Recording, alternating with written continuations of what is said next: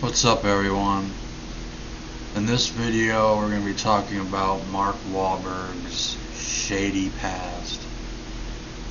Now, I already knew about his racist, violent, verbal, just disgusting acts. I heard about them. I don't know exactly what they were, but so we're gonna listen and see what they were.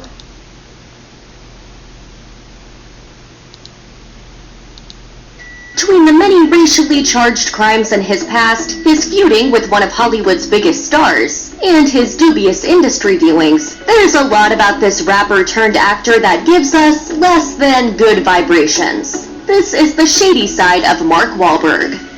It didn't take long for Mark Wahlberg to start going off the rails when his parents split up. Just 2 years after his mother and father divorced, the youngest Wahlberg child began dabbling with hard drugs. At just 13 years old, he started using cocaine, and the drugs were only half of it, as the eventual high school dropout was also stealing cars and sticking up rich kids by this point. The actor joked about his criminal past during a 2011 episode of 60 Minutes. Were you a good thief? I was pretty good. I was pretty daring. As Wahlberg summed it up to Forbes, "We wanted what we didn't have, so we went out and hustled." Father Jim Flavin, the local parish priest where Wahlberg grew up, said Wahlberg would regularly wave at him as he drove around the neighborhood in stolen cars he was barely big enough to operate. On 60 Minutes, he went on to recall one particular courtroom appearance that left him in doubt about where Wahlberg's future lay. Never do it again. I'm sorry. And he was wonderful.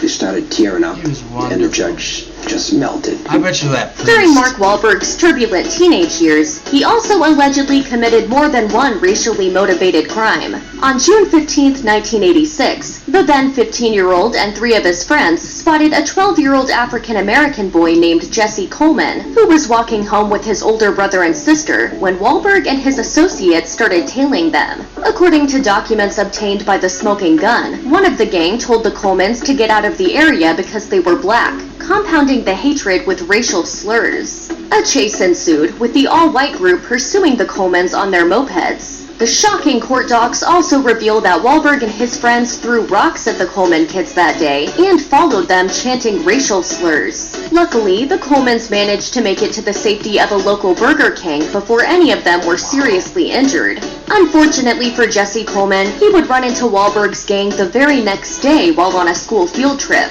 The documents state that they followed Coleman's class for several blocks, shouting racial epithets and summoning other nearby white males to join them. Rocks were thrown during the exchange, with more than one student from class getting hurt. The attack only stopped when the teacher was able to hail a nearby ambulance, which chased Wahlberg and company away from the class. 2 years after he was reported to police for throwing rocks at black kids in his neighborhood, Mark Wahlberg, allegedly high on PCP, brutally attacked another Dorchester resident. Explosive legal documents via the Smoking Gun reveal that on the night of April 8, 1988, Wahlberg knocked a stranger out cold with a large wooden stick. The victim was a Vietnamese man named Ton Lam, who was removing cases of beer from his car when Wahlberg approached him with the weapon. He yelled obscenities at Lam before breaking the stick across his head and leaving him in an unconscious heap. According to Massachusetts court records, Wahlberg was mouthing off about slant-eyed when police arrested him for the sickening assault. Officers marched him back to the scene of the crime so that Lam, who had to spend the night in the hospital for his injuries, could confirm that he was indeed the attacker. But that part wasn't even necessary, as Wahlberg allegedly told the arresting officers, "I'll let you know, that's the motherfucker whose head I split open." Wahlberg was charged with attempted murder following the incident, but was ultimately convicted of assault instead, and would only end up spending 45 days behind bars. Ton Lam wasn't the only man that Wahlberg allegedly assaulted on April 8, 1988. After knocking Lam out cold with a stick, Wahlberg and two of his friends ran for a while to get out of Dodge. When they encountered a second Vietnamese male a few blocks away, another assault took place. Unsealed court documents revealed that Wahlberg lulled victim Ha Trin into a false sense of security before attacking him. The future Hollywood star told Trin, police coming, let me hide." He placed an arm around his shoulder to make it appear as though they were friends. When he felt the coast was clear, Wahlberg blindsided the unsuspecting Trin with a punch to the eye. Numerous reports at the time claimed that Trin had been left blind in one eye, and for years that was thought to be true, even by Wahlberg himself. When the Daily Mail tracked Trin down years later, however, he revealed that he had already lost the sight in that eye, fighting alongside U.S. forces in the Vietnam War. He went on to add that Wahlberg had already paid for his crime, and that he had forgiven him for the attack. Was Wahlberg doing this shit for fun? I've been struggling with my weight off and on. Once a racist, always a racist.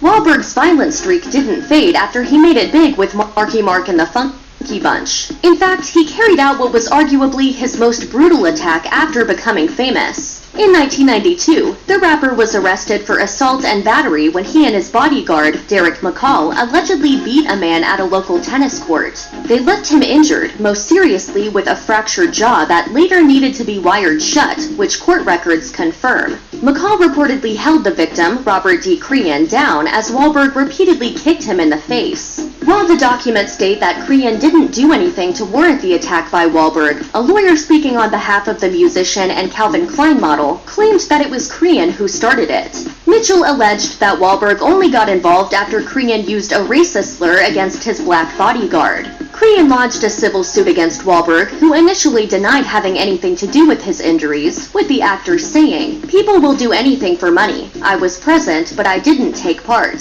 He decided to pay out anyway, reaching an out-of-court settlement just before his trial was due to begin. Crean told the judge that he was satisfied with the figure, and Marky Mark got let off the hooky hook.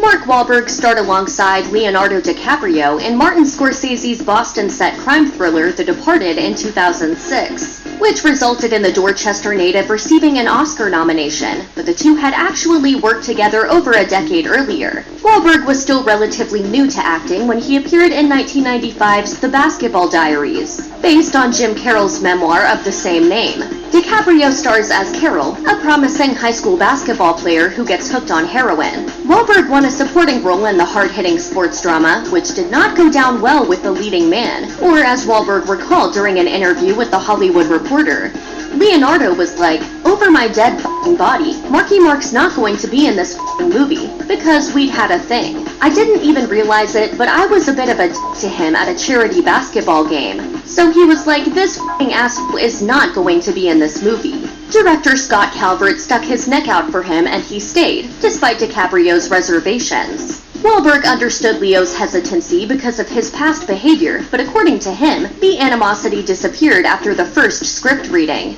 We're friends, right, Mark? Friends still in. Do you accept me as your friend? Sure. Thanks, pal. And you? I as well. Mark Wahlberg filed an application with the Massachusetts Board of Pardons in 2014, attempting to get his assault convictions erased from his record so he could work with at-risk kids and obtain a concessionaire's license for his restaurant chain, Wahlburgers. In his application, Wahlberg wrote, "I am deeply sorry for the actions that I took on the night of April 8, 1988. That was the Since that time, I have dedicated myself to becoming a better person It wasn't and just that citizen one so that I can be a role model to my children and others." Unsurprisingly, Wahlberg's pardon request was met with backlash, with many seeing it as a rich white celebrity trying to buy a clean slate. People have said because of my celebrity, my success, that I'm basically waving that magic wand. Exactly. Kristen Atwood, one of the black students that was hit by a rock when Wahlberg's gang targeted her mostly black class during their field trip in 1986, made her thoughts on the actor's pardon request perfectly clear. "I don't really care who he is. It doesn't make him any exception. If you're a racist, you're always going to be a racist. And for him to want to erase it, I just think it's wrong."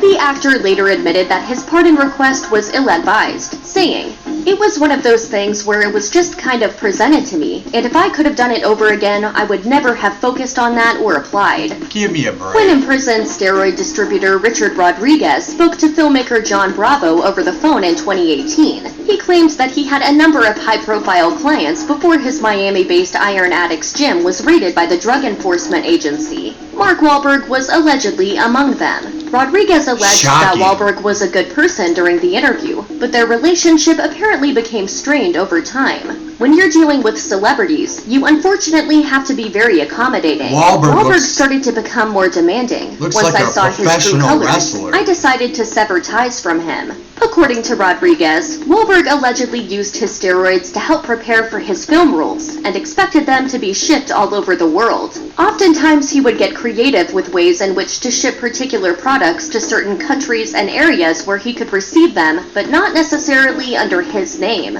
The disgraced gym owner also reportedly claimed that Wahlberg would use fake names to throw people off the scent. Wahlberg flat out denied that he was a steroid user when TMZ caught up with him not long after the story broke. The Pain and Gain star Look at his claims body. that his ripped body is completely natural and that he got his muscles through just working out. When Kevin Spacey was dropped from Ridley Scott's All the Money in the World following allegations of sexual assault, there was a race against time to save the movie. Spacey starred as tycoon J. Paul Getty, who famously refused to cooperate with the mafia family that kidnapped his grandson in Italy, despite his multi-billion-dollar fortune. Spacey was fired from the already completed movie with just a few months until the scheduled release date, leaving things super tight. It sounds as though Wahlberg was allegedly more interested in adding to his bank balance than he was about rescuing the film. Michelle Williams was reportedly paid under $1,000 for her work on the rapid reshoots, while Wahlberg demanded a whopping $1.5 million. Two separate sources claimed that the actor had a co-star approval clause in his contract, a clause he took full advantage of when the studio came to him with the idea of replacing Spacey with Christopher Plummer. One insider alleged to USA Today, "What he said was, 'I will not approve Christopher Plummer unless you pay me.'" Wahlberg pledged to give up the $1.5 million after Actors Union SAG-AFTRA opened an investigation into the huge pay gap, donating the money to the Time's Up Legal Defense Fund in Michelle Williams' name. Mark Wahlberg's shady past resurfaced again in 2020 when the actor shared a picture of George Floyd on his Instagram. He used the Black Lives Matter hashtag on the pic and captioned the photo with, Wahlberg. "We must all work together to fix this problem. Racist I'm praying for all of us. Wahlberg. God bless." To absolutely nobody's surprise, Wahlberg was quickly called out for hypocrisy, with numerous people bringing up his history of racially motivated crimes. Comic book artist Adam Ellis tweeted, "He beat a Vietnamese man unconscious and was charged for attempted murder. He's committed at least 5 hate crimes. He only apologized while seeking a pardon 26 years later." When people began to highlight the fact that Wahlberg had a full section on his Wikipedia page called Hate Crimes, the name of that section miraculously changed. It was retitled Racial Incidents and later watered down further to simply Legal Issues. Many are now convinced that Wahlberg edited his own Wikipedia page to play down his past and minimize backlash. Publicist Danny Delaney summed it up by saying, "If you still don't know what white privilege is, Mark Wahlberg committed hate crimes, has a Wikipedia section dedicated to it, and we never ever talk about it." Check out one of our newest videos. Exactly. That's what I was thinking. All these actors who are called out for being racist and stuff, where's Wahlberg, who committed physical, violent hate crimes? Running after black kids, 10-year-olds, throwing rocks at them, calling the N-word. And the next day, when he's seen one of them, and his group went after him again, or just one of the kids from the previous day, he went after a Vietnamese guy, cracking like, what was a stick, a broomstick or a stick over his head, knocking him out. And then, while running from that incident to get away, he attacks another guy pretending to hug him, saying, please coming, you know, can you pretend we're friends? And the guy hugs him, and when he gets the chance, he sucker punched him. Mark Wahlberg, you're a scumbag. Still to this day, you can say whatever you want, that you've changed. Once a racist, always a racist. So, you, Mark Wahlberg. Take care. Be safe. Peace, everyone.